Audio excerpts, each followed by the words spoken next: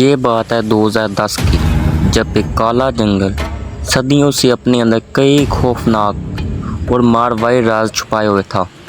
مقامی لوگ رات کے وقت اس جنگل کے پاس سے گزرنے سے بھی کتراتے تھے۔ اس جنگل کے عین وسط میں ایک ویران اور پراسرار جھیل تھی، جسے لوگ خونی جھیل کہتے تھے۔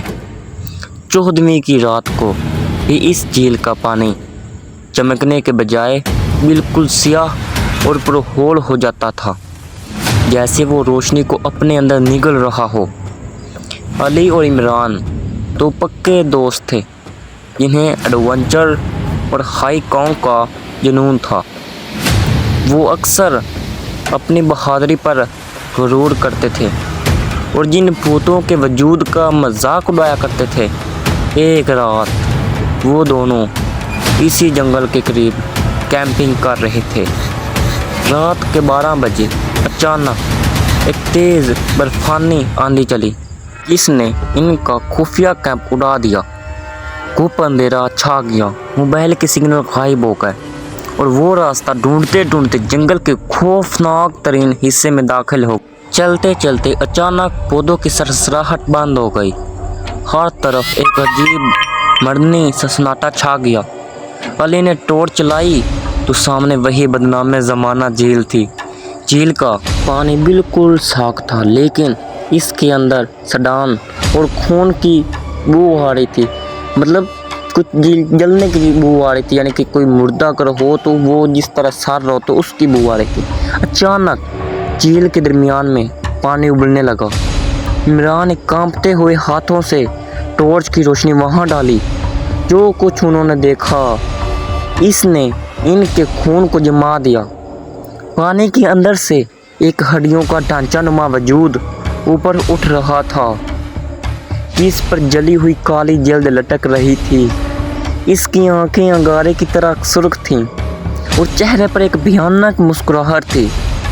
وہ کوئی عام جن یا بھوت نہیں، بلکہ ایک سرکش اور خبیث جنات کا قبیلہ تھا، جو صدیوں سے وہاں ان کا شکار کر رہا تھا انسانوں کا۔ وہ خوفناک سایہ ہوا میں اڑتا ہوا ان کی طرف بڑھا۔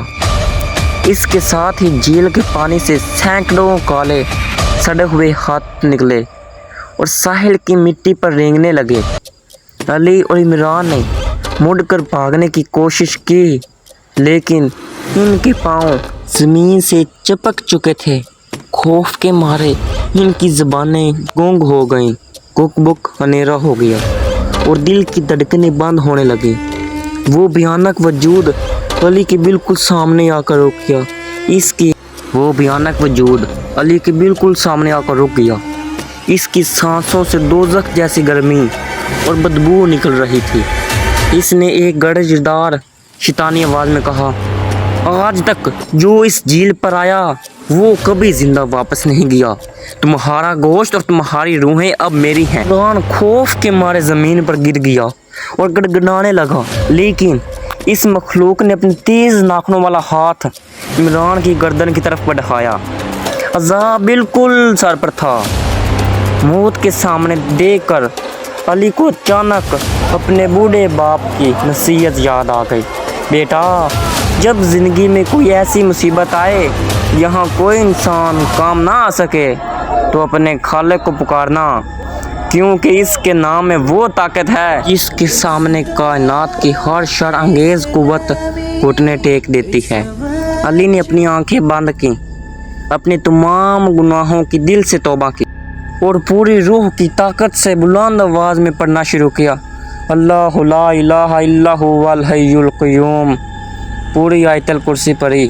جیسے ہی علی کے منہ سے اللہ کا پاک کلام نکلا، جنگل میں ایک زوردار دھماکہ ہوا اور ایک غیبی الہی روشنی نمودار ہوئی۔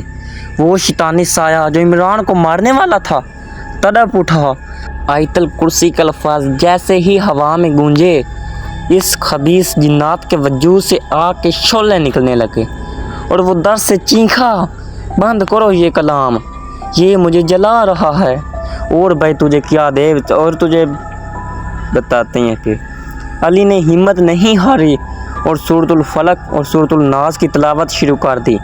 تلاوت کی برکت سے جھیل سے نکلنے والے تمام کالے ہاتھ راکھ بن کر پانی میں بہنے لگے اور وہ شیطانی سایہ پانی میں غرق ہو گیا اور جھیل کا پانی بالکل صاف ہو گیا۔ میرے بھائیوں، صبح کے وقت جب سورج کی پہلی کرن چمکی تو علی اور عمران جنگل سے باہر نکل چکے تھے۔ ان کی جان بچ گئی تھی، لیکن ان کی زندگی ہمیشہ کے لیے بدل گئی تھی۔ عمران جو کبھی نمازوں سے غافل تھا، اس نے زمین پر سجدہ شکر ادا کیا اور روتے ہوئے اللہ سے معافی مانگی۔ مجھے امید ہے آپ کو یہ کہانی پسند آئی ہوگی۔ میرے بھائی، دنیا کی ہر طاقت اللہ کی طاقت کے سامنے زیر ہے۔ کبھی بھی اپنے آپ کو بڑا نہ سمجھنا، اور ایسے مزید ہارر سٹوریز دیکھنے کے لیے اور واچ کرنے کے لیے میرے پیج کو فالو کرو، چینل کو سبسکرائب کرو، ویڈیو کو لائک کرو اور اچھا سا کمنٹ بھی کر دینا۔ شکریہ۔ السلام علیکم ورحمۃ اللہ وبرکاتہ۔